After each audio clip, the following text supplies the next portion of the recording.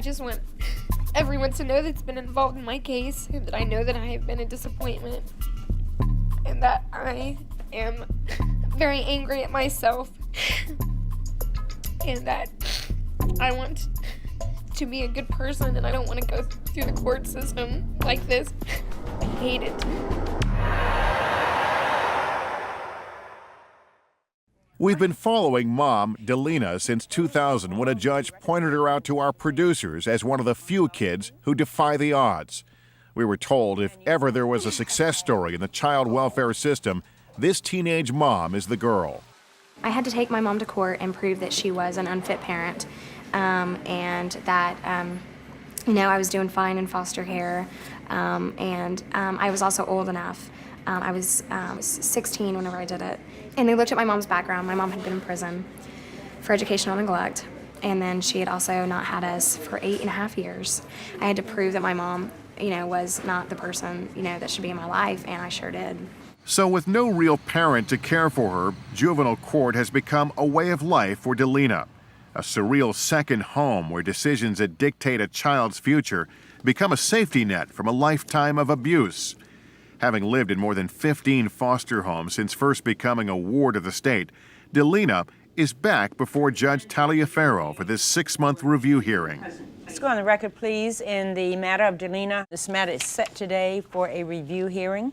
Who's with you, Delina? My foster mother, Kathy Brown. Delina was 14 when she got pregnant with her son, Gavin, and both remain wards of the court. Shortly after his birth, Delina went to live with foster mom, Kathy Brown. The three have been a family ever since. So how's the baby? He's great. He is so smart. He's 2.5, and I actually have a picture. Oh, I'd love to see it. Well, I guess your foster mother's not proud of him, is that right? Not at all. Oh, not at all, is that right? Nor of Oh, her. that's wonderful. He's adorable. Thank you. Delina, you've done very well in foster care. There's not been one problem since you've been placed in foster care. Not one. But take care of yourself. See you in about 6 months. She's done such a great job. Yes, she has. She really has. I'm so proud of her. She wants to be independent. She's scared to death of being independent. She thinks she can take care of herself. She's pretty sure she can't take care of herself and Gavin alone right now. I hope she knows, and we've talked about this, they can live with me as long as they want. Delina is a senior in high school and thriving both academically and at home. Everyone involved in her case admits Delina is more than just a successful foster child. She's an extraordinary teen who has never been in trouble with the law and has refused to let a lifetime in the child welfare system destroy her dreams. With a judge rooting for her and a supportive foster mom, everything seems to be on track for Delina as her 18th birthday approaches. If only it could have stayed this way. I'm really ashamed of myself. She took me as a teenager with my son, took me into her house, and then, in a way, I betrayed her. When we see Delina again just a few months later, her life has crumbled around her. For reasons even she can't explain, Delina stole 2 checks from foster mom Kathy Brown, then ran away from home. After a week on the run, missing her son Gavin was too much to bear. And so I called Beth. I said, I can't do this anymore. I need to see him. I took myself to the youth shelter, and then I lost him, and I haven't seen him. I didn't get to see him for weeks. And that was just... And then the first time I saw him, the first thing he said to me was, "Mommy, are you sad?" And I could not believe it. I mean, just how much him and I had been together. He knew. He could feel it. Delina now lives in yet another new foster home while she awaits her trial on theft and forgery charges. She's allowed to see Gavin only twice a week, and those visits are supervised by a social worker. Gavin continues to live with foster mom Kathy Brown as Delina awaits trial. As the weeks pass, Delina knows her fate lies in one person's hands. And even Judge Taliaferro admits this is one court date she never expected. Well, I hate to say that I was disappointed because that's not fair to Delina, because obviously this is Delina's struggle. It's surprising, but we shouldn't be so surprised because, after all, it has to be frightening for a young person, almost 18 years of age, without a solid family, without family support, the things that many of us take for granted. Delina is on trial for forging 2 of Kathy Brown's checks, totaling almost $400. Let's go on the record, please. This is Deputy Prosecuting Attorney Brett Raper tries to get to the bottom of why a model foster child like Delina would risk everything for a random friend who said he needed the money. What were you going to do with the money that you received from these items? I was going to give it to a person that I liked, that wanted it. Next on the stand is Delina's child welfare case manager, Michelle Fields. Like Judge Taliaferro, Michelle has been one of Delina's biggest supporters during her 12 years in the system. She was considered the star child, you know, one of the kids on our caseload that you talk highly about, that you say, I wish I had more kids like Delina. She was out speaking to other teenagers about not getting pregnant at a young age and why you shouldn't do that. But not even Michelle can find an excuse for Delina's current mess. One of the recommendations is that Delina go to secure detention today for 5 days of the 30 possible days. Any concerns about that? I don't think she understands that if she were an adult, 5 days would be a miracle. In addition, she has a child to which this is negatively affecting. And the woman who gave Delina the first real home she's ever known tells the court she supports a tough love approach. I agree with the recommendations. Delina also said to me, Kathy, I never meant to hurt you. I didn't think you'd find out. This did hurt you very much, though, doesn't it? It's been devastating. I told Delina in the first time we ever met, when she said, I just want a place to live where I'm wanted. I want to be part of a family. I said, that's what I want. I want a family. I've been saving for her college. I didn't know what else to do when I found out she forged the checks than to press criminal charges. I wanted to be Delina's mother and Gavin's grandmother. I want her to accept some responsibility. Delina, could you look at me? For what she's done to me. And from her own heart, make some amends, as opposed to people telling her what she has to do. As Delina cries from her seat in the courtroom, it will be Judge Taliaferro and Judge Taliaferro alone who will decide Delina's fate. But before she makes her decision, Delina will get one last chance to convince the judge she shouldn't be locked up for her offense. At this time, then, Mr. Chalfant, I will permit Delina to say whatever it is that she would like to say, and then I will render my decision.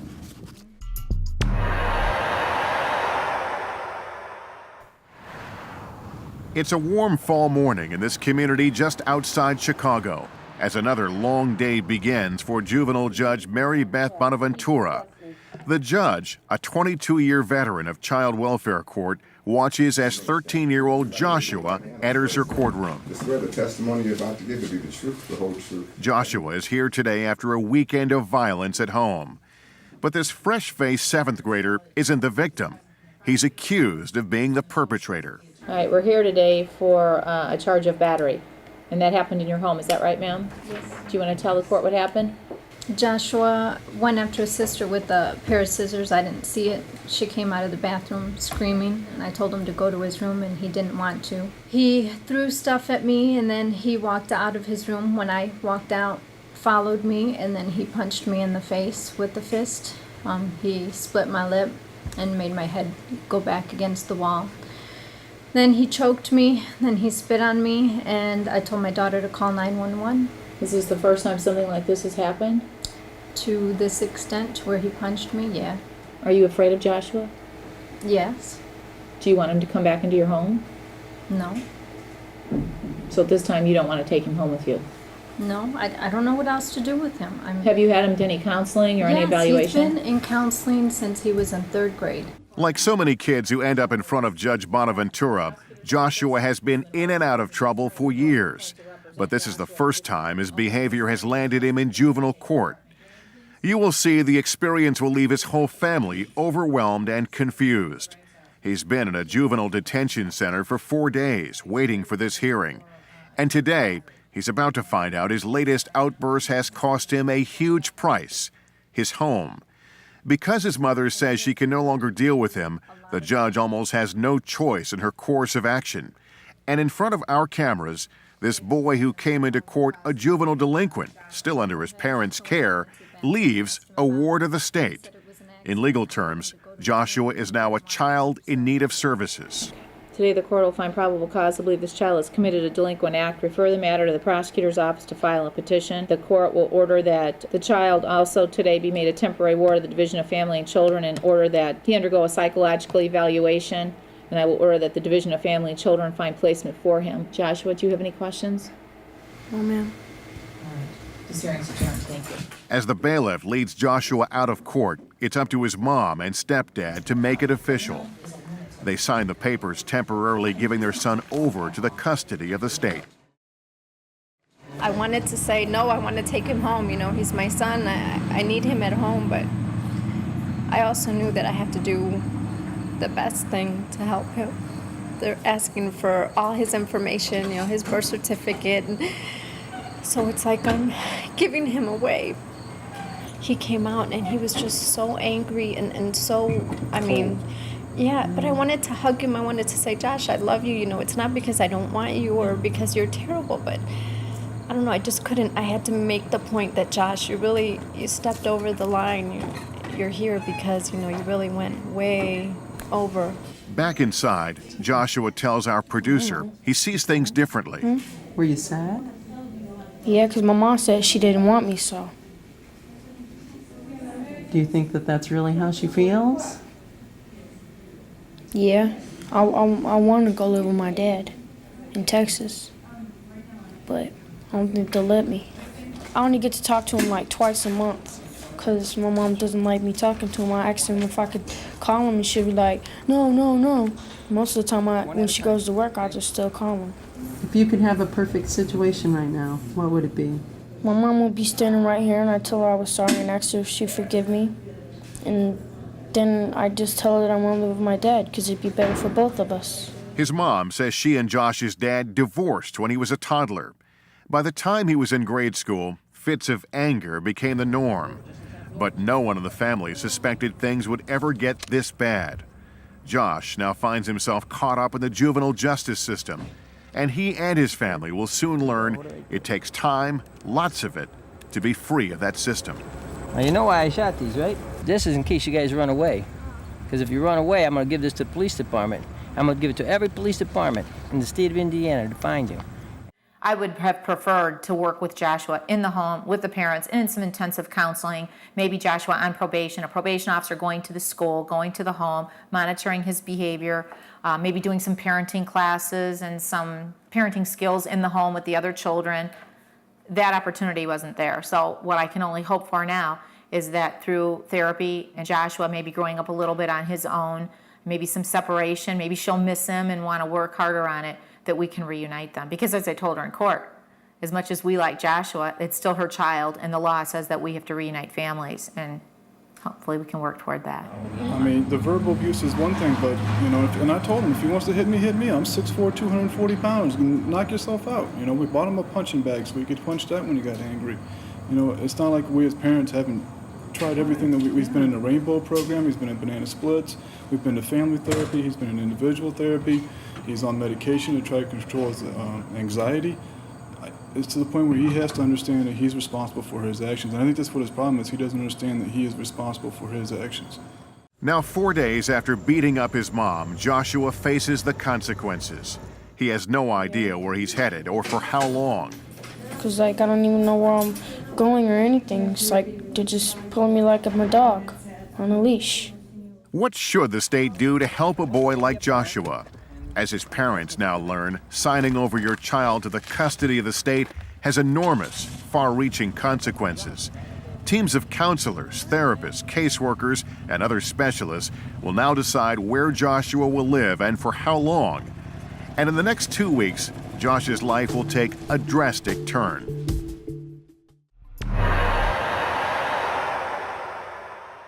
She got into an argument with her sister, and she asked me for a cigarette. And I said, no. I said, you don't need one. Well, I'm going to kill myself. For nearly 8 months, 13-year-old Connie has been a patient at Meadows Hospital, a facility that specializes in behavioral health problems. Her mom tells us the story of how Connie became a ward of the court and why the state had to take control when she no longer could. She took off in my room. Don't know how much or what quantity of pills she did take. She grabbed a kitchen knife, threatened to stab her sister, threatened to kill herself, stab herself. Well, we fought the kitchen knife off of her, got that. And then she took a coat hanger, put it around her neck. And at that point, I had seen her eyes, and I knew that she took quite a bit, whatever she did, and she didn't have a whole lot of time. The past 8 months at Meadows Hospital have been a hellish ride for Connie. She's in court today on a battery charge, accused of assaulting staff at Meadows Hospital. Connie's case is a complicated one. A young teenager with severe emotional problems, violent outbursts, and a family in turmoil. The judge must decide today whether to keep Connie at Meadows Hospital or send her to secure detention if there's probable cause to believe she beat up staff at Meadows. And just in the past few days, there's a new incident to deal with. She was asked, I believe, to take a time out. She refused to do that, went to her bedroom, was given an opportunity to come out on her own, refused to do that, did subsequently come out, and in the process shoved the staff into the wall. She was taken down, and during that process spit and kicked, tried to scratch. Just became highly aggressive in that process of just trying to get her to the quiet room. Is she under a medication? Yes. Connie's therapist proceeds to run through a litany of drugs: Celexa for depression, Depakote for aggression and mood stabilization, Zyprexa for impulsivity, and triazidone at night to help her sleep. Every individual has to accept responsibility for him or herself, and I don't expect any more of these young people who come into court than they are capable of doing. Nearly an hour goes by as witness after witness tells Judge Taliaferro that Connie's behavior at Meadows Hospital is out of control. Connie's placement coordinator accuses Connie of 20 assaults against supervisors, staff members, and other peers. I think Meadows has done the best that they can with Connie's behavior. I think she needs to suffer some consequences at this point in time, and probably should have suffered some consequences a long time ago. So I do think secure detention would be an appropriate placement for her at this point in time. With no jury to guide her, Judge Taliaferro must quickly determine what's best for Connie. Court testimony alone will not sway the judge. She's known for her compassion, but I can also be very firm and very direct. If we do anything for the people who come into our court, the families that are in disarray, we should be trying to empower them. So we have no reason to feel sorry for them or to pity them, because they're not pitiful people. They're people whose lives are in distress. Still, there's even more disturbing information the judge must take into consideration. Connie isn't the only child in her family to come through the child welfare system. Her brother Jeffrey is in foster care for what his mom calls behavioral problems. Connie's sister Samantha was a runaway at 14 and now nervously waits at home while Connie sits in a courtroom just miles away. Samantha says it's hard to watch her family self-destruct. Well, I can say it's pretty bad being locked up and not getting able to see your mom and dad every single day. And to see your brothers and sisters get locked up, when I first see my little brother get locked up, it was hard on me too. I know it was hard on him. But right now, the focus is on Connie. Her court hearing has been emotionally draining. After 8 months in the hospital, has Connie had her last chance? Connie, you need to control yourself. Will the judge spare Connie time in secure detention, or is she destined to be behind bars?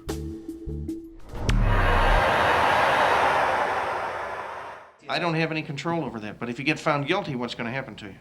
So you're saying that I can never see my son again because of this bull? Sir, you say that again and you won't see him. That's right. Well, but it's not fair for me not seeing him. I didn't even point a damn gun at You're not going to see him right now until I decide. Do you understand?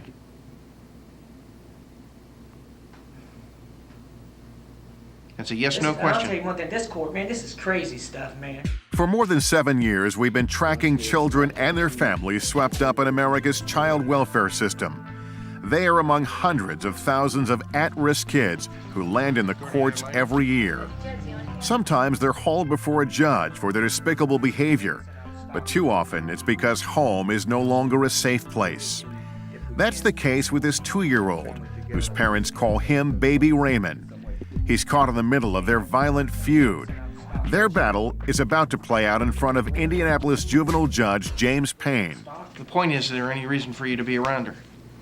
No. Any reason for you to be around the children if I tell you you can't until I get all these reports done?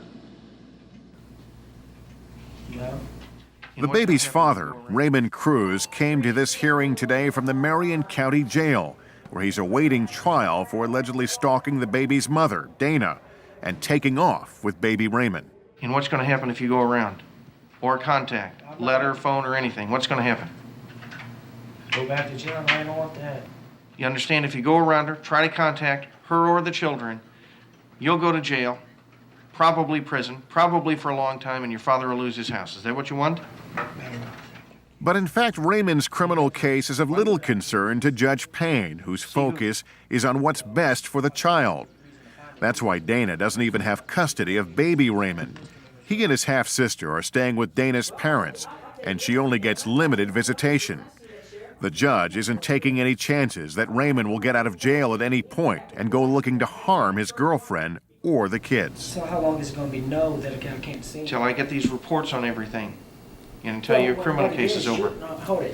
What you're saying is that she is proving me to be the crazy one. I'm saying I'm worried about these children. I don't care about you two at all. You know? You understand that? I don't care whether you stay in jail or get out of jail. I don't care whether she goes somewhere or she does anything. I don't care. I care about these two children. I'm not going to let these children be put at risk. Yeah.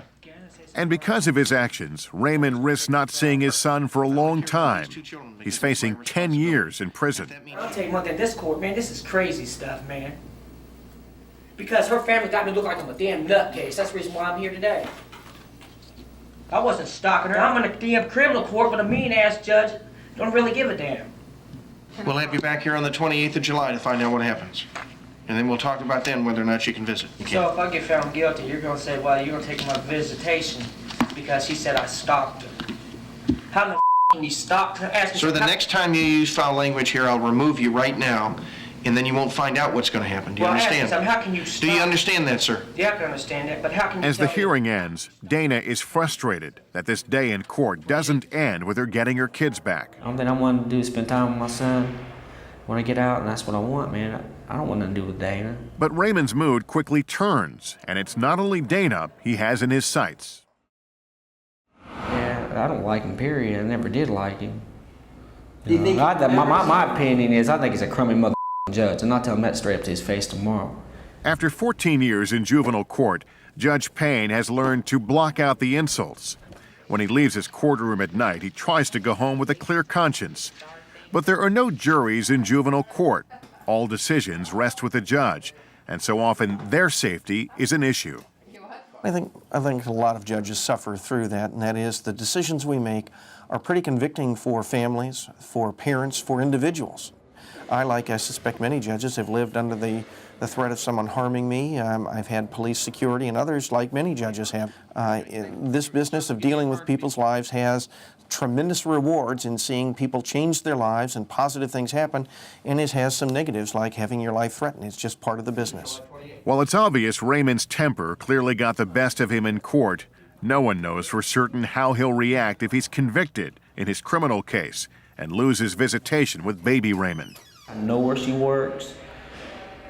You know, I know where she's at. She can't run and she can't hide. Can Raymond cope, or will he ultimately blow his chances for seeing his son again?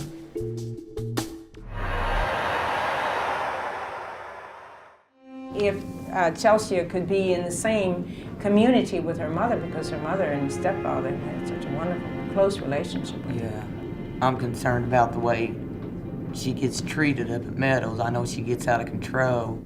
Child Welfare Court, rural Bloomington, Indiana. Judge Viola Talaferro faces a stack of cases this morning, and this one will prove to be one of her most difficult. Linda is a low-income mother of 3 and is in court because of her 9-year-old daughter, Chelsea. Chelsea has been diagnosed with oppositional defiant disorder, attention deficit disorder, and is mildly mentally retarded. State's Attorney Steve Galvin tells the court that Linda can no longer cope. Linda agrees and in fact has asked for the intervention of the Office of Family and Children in this matter. Is that correct? That's correct. She's trying her best. Is that correct? Yes, she is. But there are times when a parent's best just isn't enough. Today, Linda does something most parents can't imagine even on their child's worst day. She asked the court to take her daughter away. You really put forth well, I don't have the word to describe the effort that you've put forth to keep your daughter at home with you. Yeah. On a bad day that, you know, like if her mind's made up to where she don't want to do nothing, you have to struggle with her, argue, fight her. She's, you know, like if I have to restrain her, she's throwing me around in my living room, you know, picking up boards, hitting me in the head. These cases present enormous problems for parents because the cost of caring for them is just overwhelming, and most people cannot afford to pay for the care of these children, and there are not enough facilities for them. So you have parents such as Chelsea's mother who will try every way that can be tried to keep the child at home. But if the child is unmanageable, it cannot be done. I tried to maintain her for 9.5 years and I can't do it no more. And I'm just hoping that they can keep her here in Bloomington at the Stone Belt where I can see her more often. Linda is asking the court to temporarily place her daughter in a facility close to home. Attorney Galvin knows another place, Daymar, might be better for Chelsea's many needs, but it's nearly an hour away. I think also we've been discussing being able to transition her into Daymar if possible. That's a little bit further away, Linda. Were you aware of that? Yeah, and then I was just wondering, like, if, you know, the state or someone's going to pay for the Daymar. Daymar is an established private facility in Indiana serving children with developmental disabilities, but there's usually a waiting list.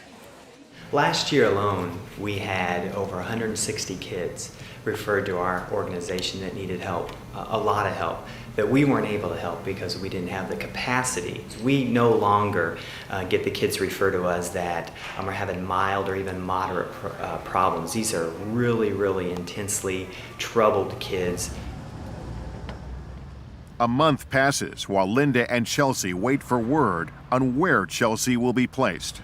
Further, that Chelsea should be transferred to Daymar when an opening becomes available, and at Daymar, Chelsea will obtain the special care and treatment provided by Daymar. Daymar, of course, is a long-term residential placement and will provide Chelsea with the structure that she needs. Do you know very much about Daymar yet? Do you want to go up there before your daughter is transferred there? Yeah, I'd like to, yeah. Linda makes one visit to Daymar before Chelsea moves in.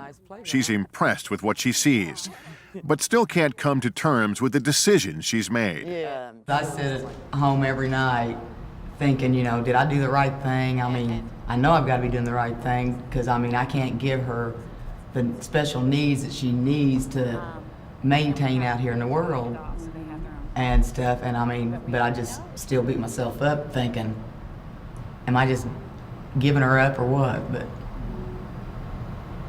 But I want to do the right thing. What we see on a day-to-day basis is more akin to an emergency room atmosphere than it is a regular courtroom situation. And for the judge, when she comes into this courtroom every day, she knows what she's going to hear. And you have to deal with that not just on Tuesday, but next Tuesday, and the next Tuesday after that, and the week after that. It's called Children in Need of Services for a reason.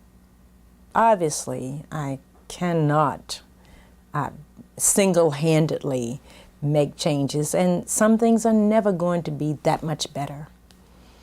But the question is, can something be done?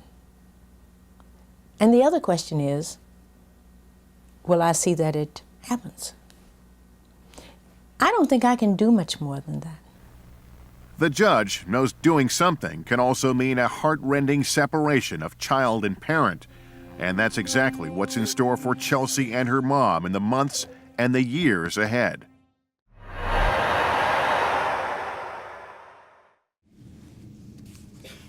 At this time, then, I will permit Delina to say whatever it is that she would like to say, and then I will render my decision.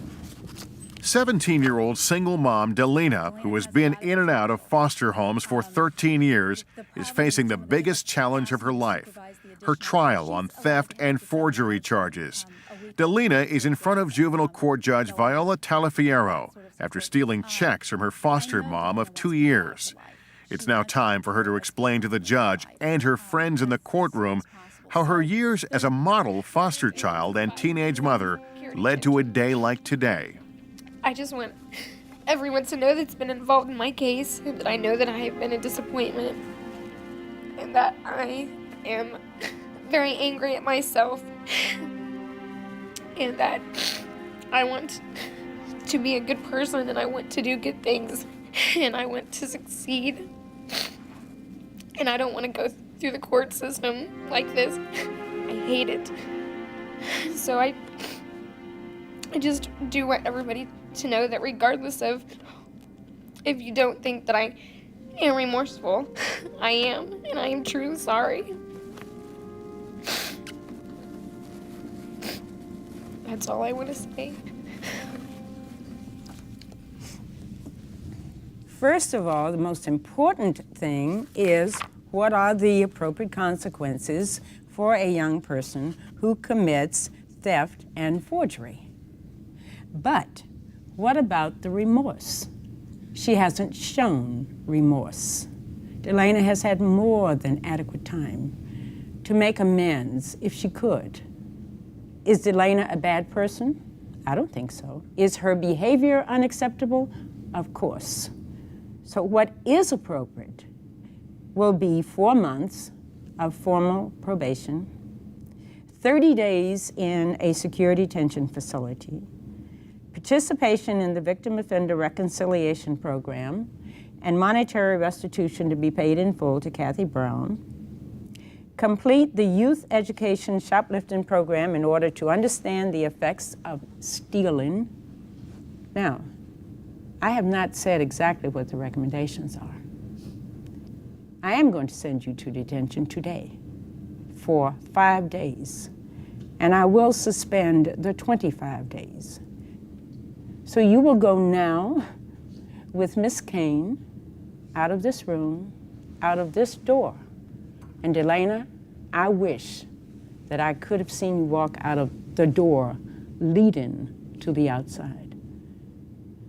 You owe Miss Brown an apology. This is not the end of your life, but your future, Delina, is in your hands. Delina, will you go with Miss Kane, please?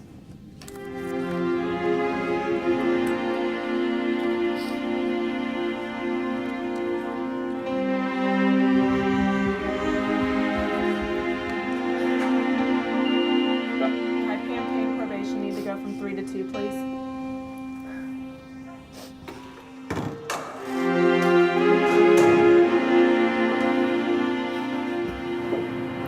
This is what I deserve. I don't want to go, but this is what I have to do. Center. This is Pam King. Can I have the whole thing on second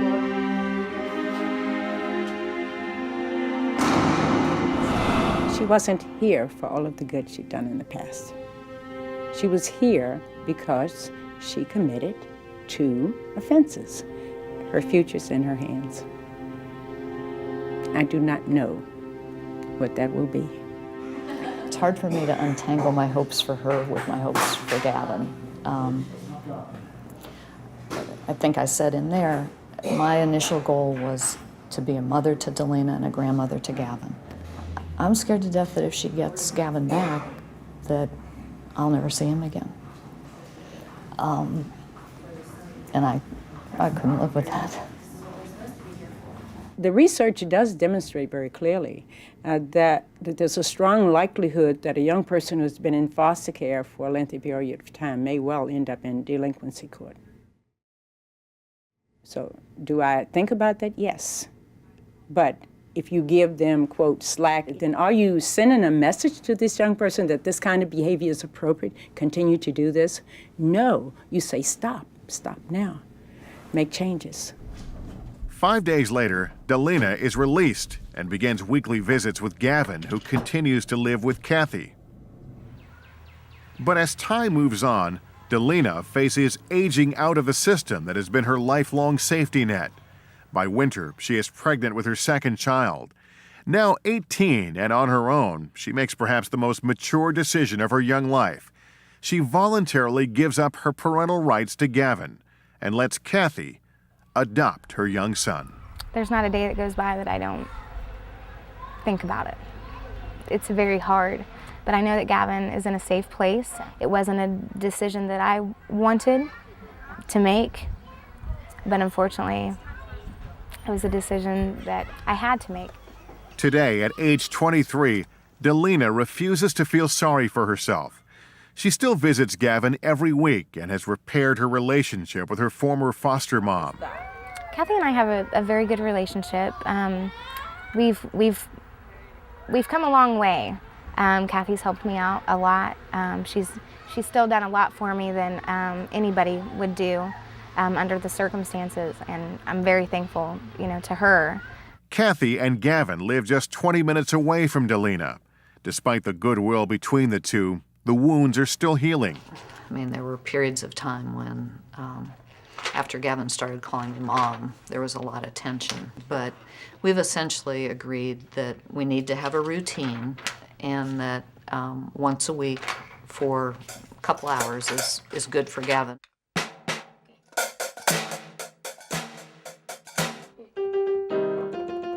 There were great times and awful times with Delina when she was here, and there have been that since she left and since I've adopted Gavin.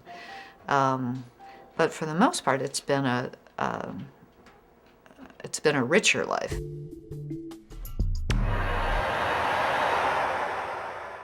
He threw stuff at me, and then he walked out of his room. When I walked out, followed me, and then he punched me in the face with the fist. He split my lip and made my head go back against the wall. Then he choked me, then he spit on me, and I told my daughter to call 911. When we last saw 13-year-old Joshua, his mother was distraught. He was confused. Joshua's parents had just signed over custody of him to the state. As Josh's mom and stepdad left the courthouse, no one knew for certain where he was going or for how long. By the time we see him again, Joshua is a veteran at Alternative House, a temporary placement facility for children in need. It's like I miss my mom and my family, but I don't miss them. I miss them, but I know it's better for them. It's like I'm sacrificing myself because I know it's better for them. It's like this is like a big waiting room. I'm waiting to know where I'm going. And then why do I think I should be in the place where I'm going? It's because I'm gonna get help there. You're gonna help me. Joshua's been in a holding pattern at Alternative House for 30 days. But this afternoon, his life is about to take a radical turn. After lunch, Josh will be loaded into a car and transported back to juvenile court, where he will face battery charges for hitting his mother. Well, I prayed that when we go to court, and I'll probably tell the judge where I want to go. And I won't be shy to tell the judge and thank them for the food. And that I could probably get out of here anytime soon. She'll make the decision where I can get out of here anytime soon.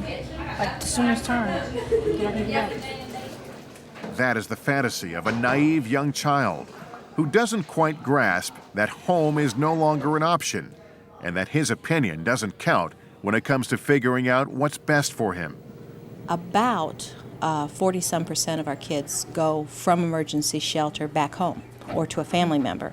But in Joshua's case, that would not be a safe thing for everyone involved. He needs a lot more supportive services and perhaps for an extended period of time. Sometimes Josh will have a perceived wrong, oh, so-and-so got in line before me, or he stepped on my shoe in the lunch line or whatever, and all of a sudden he's ready to cut loose with profanities that you wouldn't expect out of this sweet little face, and he can go from 0 to 65 just like that. His motor is running all the time. I want some cards. I just hope I get to go to a placement because they told me I might be going to the Ark in Wisconsin, and then they told me I'd be going to Cornerstone, and I'm hoping I go to Cornerstone because I don't know nothing about the Ark. The place Joshua will call home for the next 6 to 12 months is likely either the Ark, located several hours away in Wisconsin, or Cornerstone, which is close by. Joshua has no idea where the judge will send him. I swear the testimony that you're about to give will be the truth, the whole truth, nothing but the truth to help you God. I do. Please be seated. This is the matter of Joshua Cordell, cause number J99. As his battery hearing gets underway, Joshua has one shot to plead his case to the judge. Said child did knowingly or intentionally in a rude, insolent, or angry manner touch Angelita, which resulted in bodily injury. You are charged with battery. Do you admit or deny that? I admit. You admit? Where did you hear it? I don't really. In the face, on the arm? In the face. But it was an open fist. It wasn't closed. Okay. So then you went outside. And then the police came?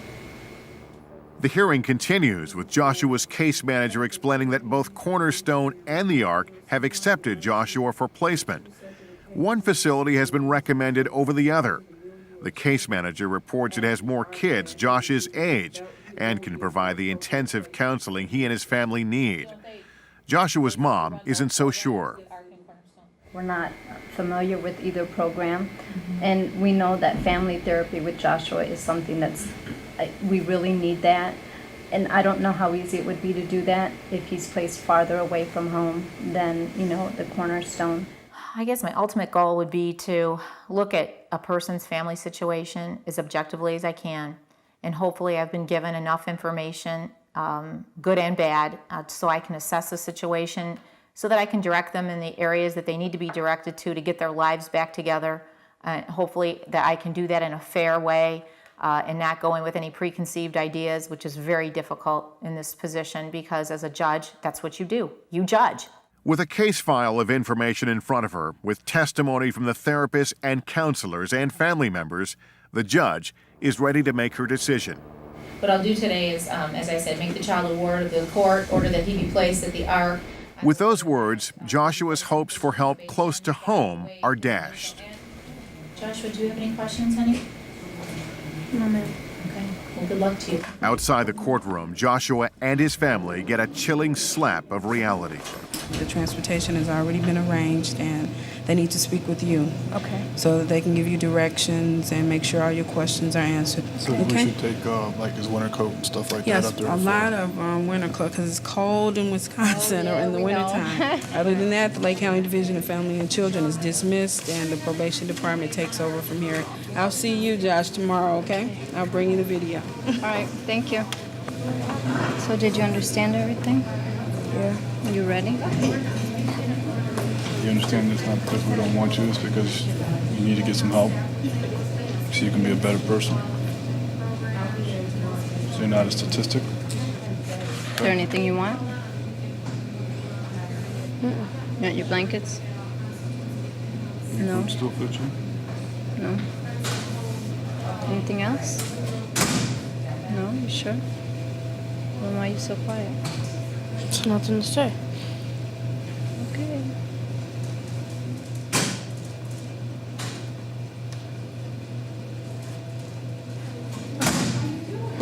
Is it okay? There's nothing else to say. I think Kathleen's waiting for you. Bye. Love you. I'm sorry, I don't get a hug. I don't get a hug. He's not the true delinquent. This is his first referral to the court, and seldom do we place children on a first referral. So when she said, no, I don't want him here, I feel that if a parent says, I don't want my child, that's a red flag to me. That was my one biggest thing going into it was, you know, Josh was just going to be so mad at me for sending him away. You know, how is he ever going to get over it? I struggle with that and hope that he sees, you know, that with enough attention and enough guidance, that he'll be able to see why we as parents did what we did to help him. You know, Josh is still a part of the family, and we know that Josh is still, you know, here with us, you know, in spirit, but he's away. Joshua will remain at the Ark for at least another 10 months. I guess my wish would be that even though he's not with family and, you know, he's at the unit, he realizes that, you know, we still love him. I just want him to know how much he's loved, even though we're not together. That's all.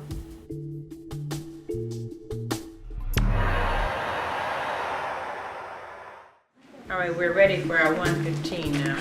I think Meadows has done the best that they can with Connie's behavior. I think she needs to suffer some consequences at this point in time. Connie's troubles only got more complicated after she was sent to Meadows Hospital for trying to assault her sister and her attempted suicide. In her 8 months at Meadows, a facility that specializes in behavioral health problems, Connie racked up 20 reports of assault on the staff. And that's what brings her to court on this day. So in my mind, it's very important if someone has committed an offense, particularly an offense that would be a felony if committed by an adult, that some kind of consequence that takes away or at least will give the child, the young person, an opportunity to think about it. While the judge would normally send someone with a record of assault like Connie's directly to juvenile detention, she's concerned the amount of medication Connie is on is what's affecting her behavior. She was asked, I believe, to take a time Before out. she makes a decision on where to send Connie, back to Meadows or to secure detention, she hears one last piece of testimony from Connie's counselor. I think Meadows has done the best that they can with Connie's behavior. I think she needs to suffer some consequences at this point in time and probably should have suffered some consequences a long time ago. So I do think secure detention would be an appropriate placement for her at this point in time. She sabotaged the placement so that she could go home. She's a young person, and she's not supposed to exercise the judgment of a mature adult. It is obvious that at this time Connie cannot remain at Meadows Hospital. It is appropriate that she be placed in the facility in Vincennes, Indiana. Connie, you need to control yourself. It's a challenging job, but there are some happy endings. These are people's lives. These are situations, they must be decided. How do I do it? I don't know. There are times when I ask myself, how do I do it? Several months go by as Connie sits in secure detention. Unlike her stay at Meadows Hospital, Connie plays by the rules and quietly serves her time. As her next court date rolls around, her mom, Becky, is still worried the judge might not let Connie come home. I hope she says, Connie, you get to go home. I do know it's going to be tough. She will be placed on very strict probation, but I think home, being with the people that she loves, is what she needs.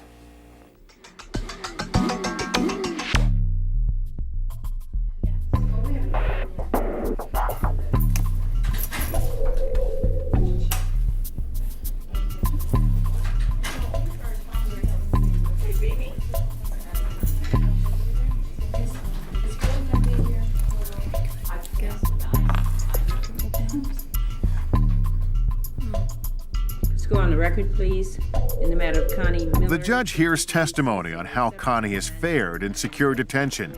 She now has to weigh the options of what to do next. We would be asking that the court order Connie on probation for 6 months. That would be supervised. Ms. Hamilton, do you think that this is an appropriate recommendation for disposition? I do, Your Honor. I've discussed this with Connie, and I think she's very eager to go home and try to make it work. Connie, do you understand that you were in placement and you are out of placement because of your behavior, because you committed a battery on a staff person? Yes. And did you do this because you were hoping that you could get out of placement and go home? Yes. So you intended to do this so that you could get out of placement and go home, is that right?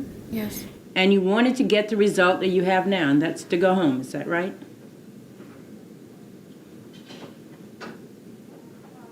Yes. You pushed the staff person so that you could go home. Now you will be on probation. And if you violate probation, Connie, then the consequences, if you come back in this court again, will be more severe than they have been, than they are this time. And I am quite frankly disappointed. Your behavior to get your wish by physically assaulting someone is of great concern to this court. You did not learn very much at all. It is the decision the judge must make. So the judge must weigh the facts, the evidence, the law, and make a fair, impartial decision. That's the job. I think that you owe the community some hours of work. And public restitution will be 40 hours of community service done with a not-for-profit institution. So my job is to make a decision, to make the decision that should be made, and sometimes it may appear to be very harsh.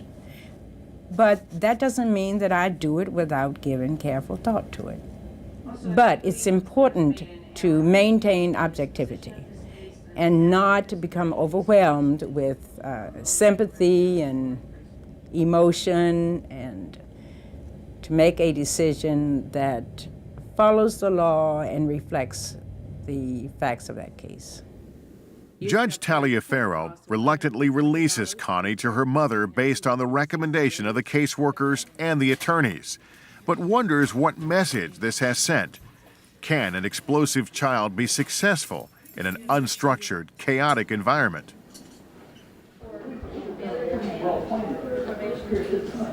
And then it can add more to it, which means you need hands that much longer. So, all right, you. I lived up to my end of the deal. Well, let's see if you're gonna live up to yours, all right? Now comes the hard part. You gotta move back in with the sister and the brothers and the mom, and go to school every day. It's gonna be hard. Put up with family therapy, individual therapy, mental. Connie's success will ultimately depend on her family support at home, a family we learn will not stay together for long.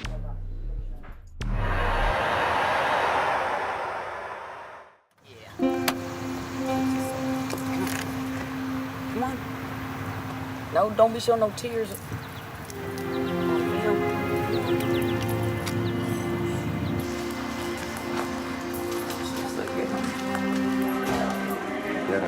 Hello, come on in. Welcome. Connie, here in just a minute. 9-year-old Chelsea is about to make a heartbreaking transition for a young child. Moving an hour away from her parents into a residential treatment facility, Daymar. Chances are Chelsea will live here for years. I sit at home every night thinking, did I do the right thing? But I just still beat myself up thinking, am I just giving her up or what? But I want to do the right thing. After nearly 10 years of her daughter's uncontrollable behavior, Chelsea's desperate mom, Linda, has made a choice that once might have been unthinkable. She has signed over custody of her daughter to the state, making way for juvenile court judge Viola Taliaferro to send Chelsea to Daymar. The Damar staff tries to prepare Chelsea for her move. Look how big that playground is. Big, isn't it? Or go get on the swing, then you'll swing. But at just 9 years old, she's completely overwhelmed. Some of them want to go home, and they want to go home very badly.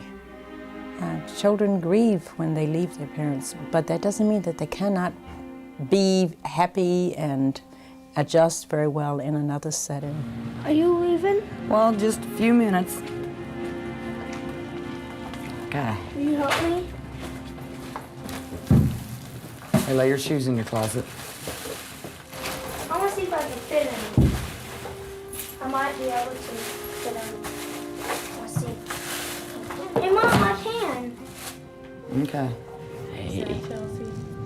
Come here. Come here. You're gonna have some fun up here. Right? Don't do that. You won't get me crying. I'll still visit and call. I love you.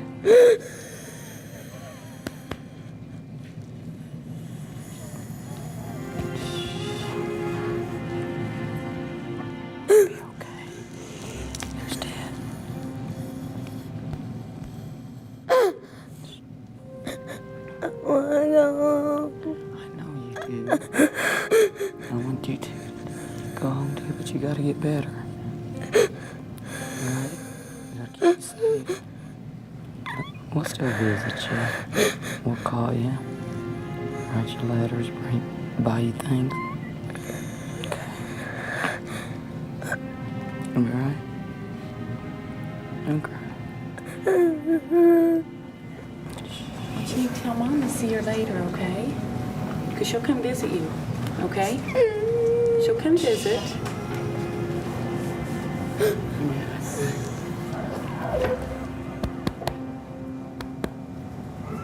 I love you. Love you.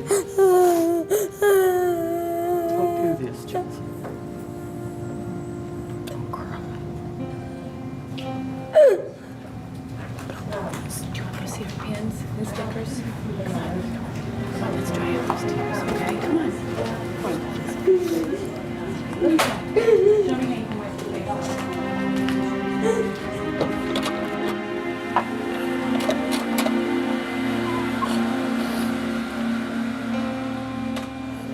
We'll go for a visit another time.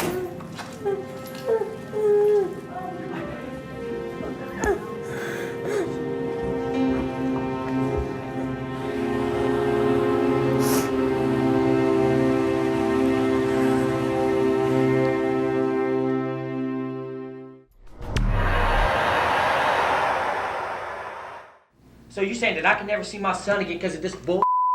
Behind the closed doors of America's child welfare courts lies a toxic mix of angry parents, confused children, and powerful judges. Sir, the next time you use foul language here, I'll remove you right now, and then you won't find out what's going to happen. Do you understand? How can you stop? Do you understand that, sir? Jail inmate Raymond Cruz is learning that the hard way. When we last saw this angry dad, he was in front of juvenile judge James Payne because his son, who he calls Baby Raymond, is a ward of the court, considered a child in need of services. Raymond is in jail on charges of stalking and fleeing from police. Even though he's now behind bars, Raymond wants to see his young son. During his last court hearing, he was furious his visitations had been halted. Well, it's not fair for me not seeing him. I didn't even point a damn gun at nobody. I wasn't stalking her. I'm in a damn criminal court, but a mean-ass judge don't really give a damn. I should be going to prison, man. Following this court appearance, Raymond returns to his jail cell, where his emotions continue to boil over about Judge Payne and his girlfriend, Dana. I guarantee, like Judge Payne don't understand. He's stupid, because when that case is over with, she'll be back at her mom's house, and I know exactly where she's at. And she don't need to be leaving Baby Raymond there, because they're going to be stupid, because when I get out, I'm coming to see him. You know, I got ways, to see him. 2 months after his jailhouse tirade, Dana did exactly as Raymond predicted.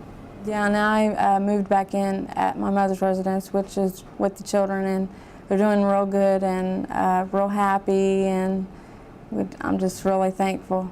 I hope that Raymond really gets help and he's able to see the baby with no problem, because I feel that him being his father is also important for the baby to see too. You know, they think, right now, they think in their book, and Judge Payne thinking in his little sick mind that I'm doing a lot of time. He can erase that. Because I'm going to tell him tomorrow, I said, I'm not doing a lot of time. I said, what are you going to do when I get out a year and a half, 2 years, or a year? You know, you can't run, man. You know, like 2 years ain't going to be that bad, because I won't be doing it here anyway. Raymond's visions of beating his criminal charges come to a crashing halt when the criminal courts find him guilty of stalking and fleeing police. He is sentenced to 5 years in prison.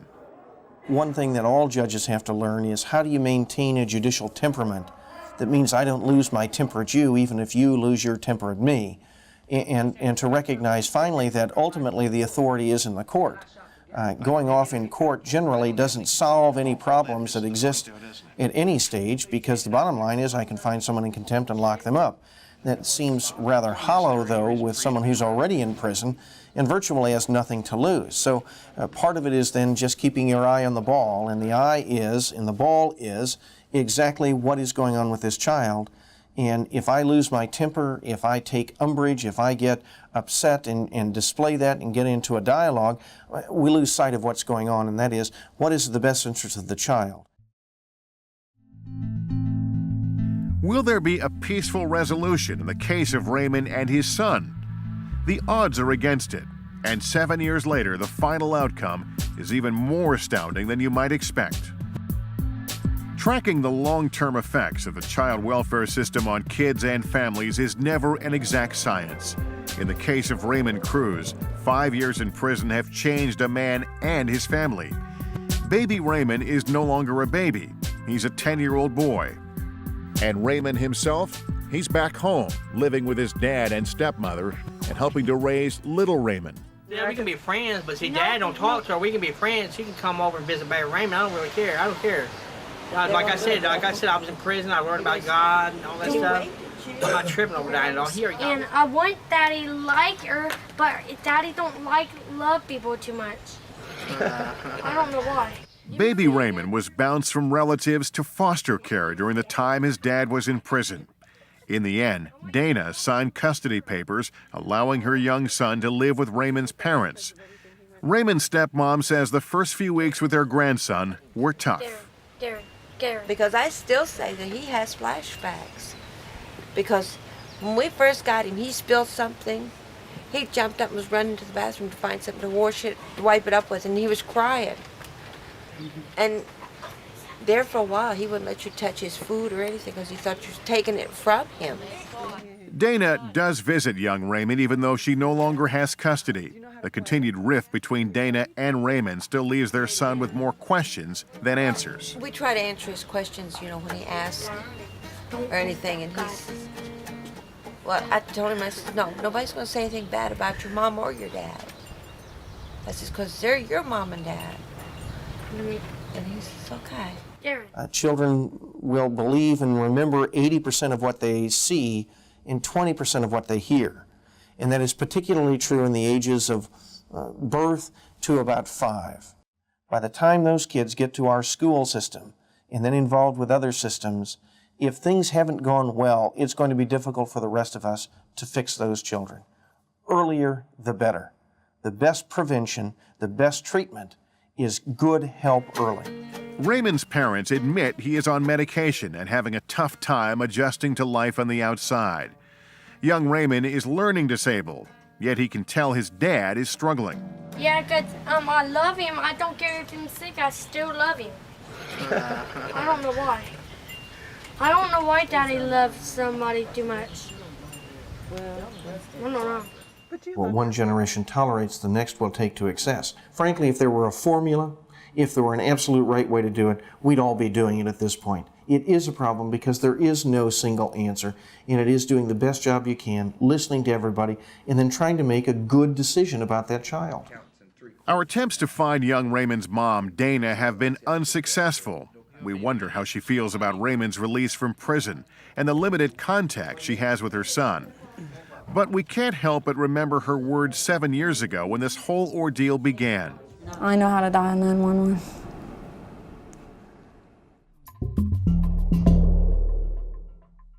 The kids that come to Daymar have severe challenges. Chelsea has come back and she has done even better in the program. Look at Mom. Cheese. That's it. 9-year-old Chelsea was a scared and distraught child when we met her several years ago. The traumatic events of her life played out in front of us as a court placed her in a residential treatment facility, Daymar, when her mother could no longer cope with her abusive behavior. I wanna go. I know you do. I want you to. Am I right? For 3 years, Chelsea lived at Daymar and made great strides in controlling her anger. She was ready to move on and move home, but couldn't because of her mother's own problems. So instead, Chelsea moved in with a foster family. Outside the structure of Daymar, Chelsea found it hard to cope. Just 15 months after moving out of Daymar, Chelsea moved back in.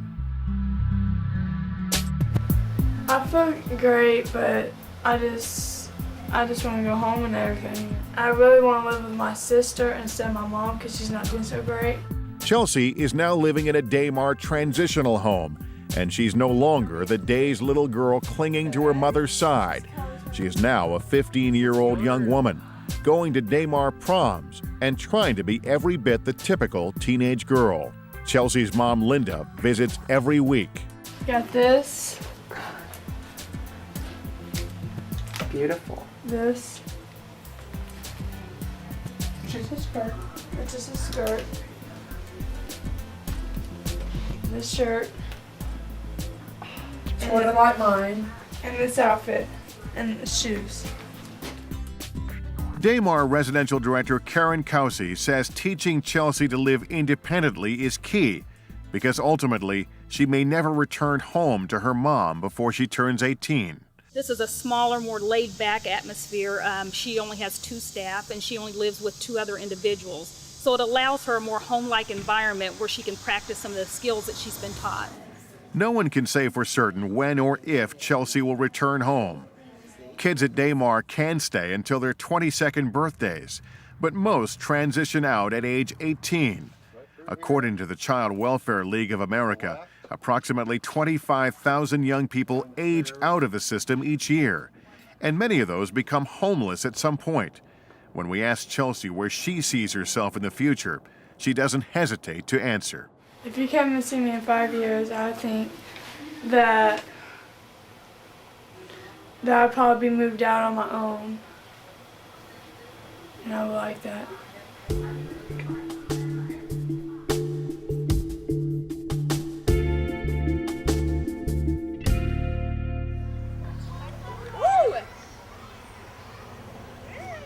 I do know that I went against the odds and that I've done really good with my life. But I wonder if I had like a different life, if I wasn't in foster care, what my life would be like. Over and over, as we've spent the last 7 years documenting the lives of children in the child welfare system, we hear the same words. The system is no place for a child. 23-year-old Delina knows this all too well. 15 foster homes, a mother by age 15, and at 18, the decision to let her former foster mom adopt her little boy.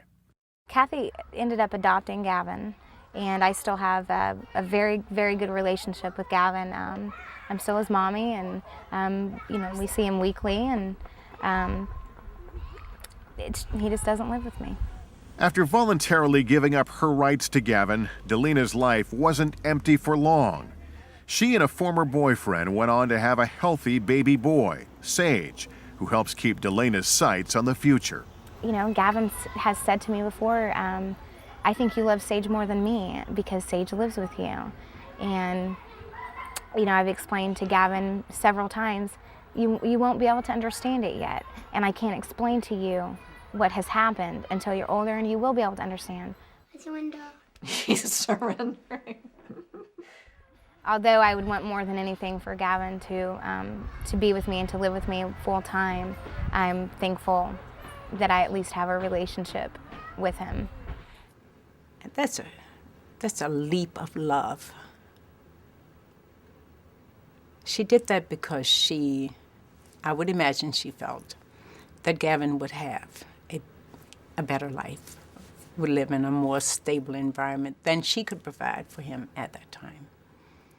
But the fact that she has remained in his life has to be a double blessing for her, for Kathy, and for Gavin. Delina is now engaged and at age 23 finally enrolled in college. She defies the odds. Only 1/3 of teenage moms receive their high school diplomas. Less than 2% earn a college degree by age 30. But Delina hopes to someday become a nurse or maybe, not surprisingly, a social worker. Oh, I'm gonna do it. It will happen. It's just a matter of time. Yeah, he goes to preschool, and Sage knows how to count to 5 in Spanish. I have to decide which way I want to go. You have your own road. And I can either decide to say, poor Delina, you know, nobody cared about me, or I can say, you know what? Nobody cared about me then, but I have the people that care about me now, and I'm going to have the people that care about me tomorrow. And that's how I get through it. That's exactly how I get through it.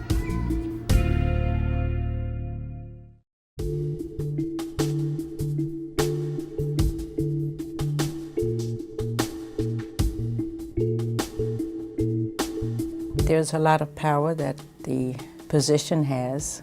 I am going to send you to detention today for 5 days. One must be very careful how one uses that power. It should never be abused. But it is my job to make the final decision. I can't run away from that.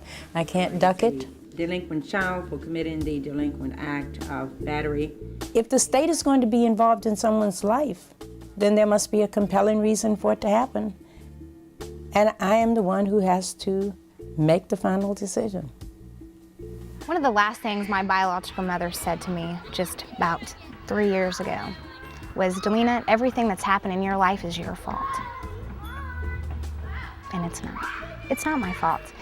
But like I said, every day is a learning experience, and you cannot beat yourself up over stuff, or you won't get to the next day. For 7 years, we've been on a journey to understand how growing up in the child welfare system ultimately affects the children it's supposed to protect. When you have public defenders or agency attorneys or foster parents with too many kids that they're responsible for, then they can't do their job. And I was critical for years about people not doing their job. You understand, if there's another positive test for cocaine, I'm going to order the children removed and we're going to find someplace else for them. Yes. If we have a caseload standard of 12 and 17, and a caseworker has a caseload of 35 or 50, they literally can't do their job. And so Judge Payne did the extraordinary. After 20 years on the bench, he resigned and jumped to the other side. He is now the director of the state's Department of Child Services, the very department he railed against as a judge.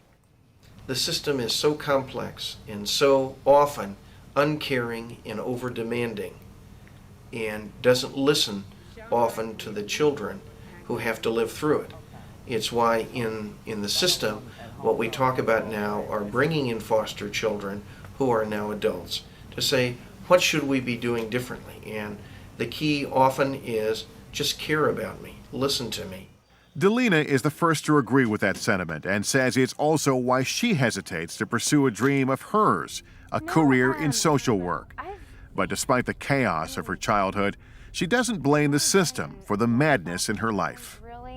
Sometimes there's only so much that social workers can do. She had to place me back with my mom. And whenever she found out that I was taken away from her again, I saw her several years later and she said, Delina, I'm so sorry. That's what I had to do. That's what, was ordered. So I think that I would feel a lot of guilt sometimes. As we've tracked the lives of each child over the years and watched them become young adults, no two stories have been the same. Some, like Delina, have grown more resilient with time. Others leave more questions than answers. And that includes Joshua. He has not been back. It probably doesn't surprise me a lot that you haven't been able to find him in this day and age. 1 in 2 marriages end in divorce, so perhaps they even left the area. But no, he's not been back to the juvenile court. Following his year at the Ark, Joshua and his family reportedly got back on track. Then, after so much time, money, and intervention, his case was closed, and all contact between him and the court system was lost. Our efforts to find Joshua have proven unsuccessful. With no national child welfare tracking system, all Judge Bonaventura can do is hope Joshua and his family gain something positive from their experience. And other days I'm amazed that people are as receptive and that they do come around. And then there are families that respond. So those families that respond keep me at this job. At one point I decided that it would be nice if I, as the juvenile court judge in a large urban area, took on as a challenge some kids to see if we could make a difference, if I personally could make a difference. And so I selected 4 cases and spent extra time with calling, visiting, chatting. My wife and I took a couple of them to dinner to try to make a difference. I arranged for one girl to get a pedicure and a manicure and a facial, one to get dancing lessons because she loved dancing.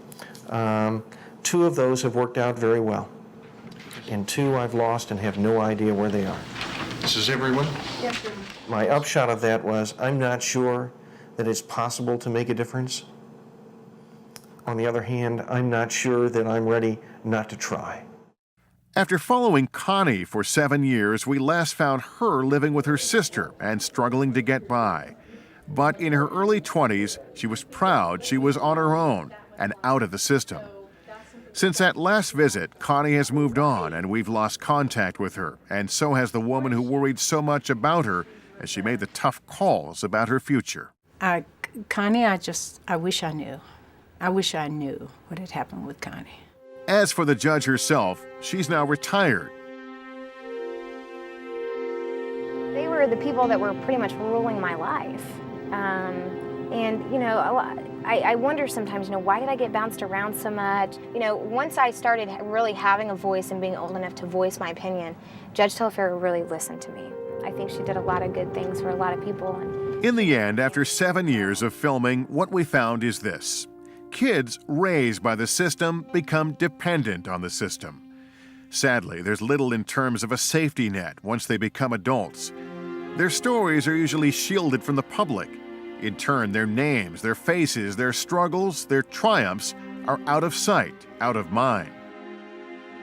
With more than 500,000 children in foster care, 65,000 parents terminated their parental rights each year, and more than 2.4 million grandparents raising their grandchildren, the system may be no place for a child.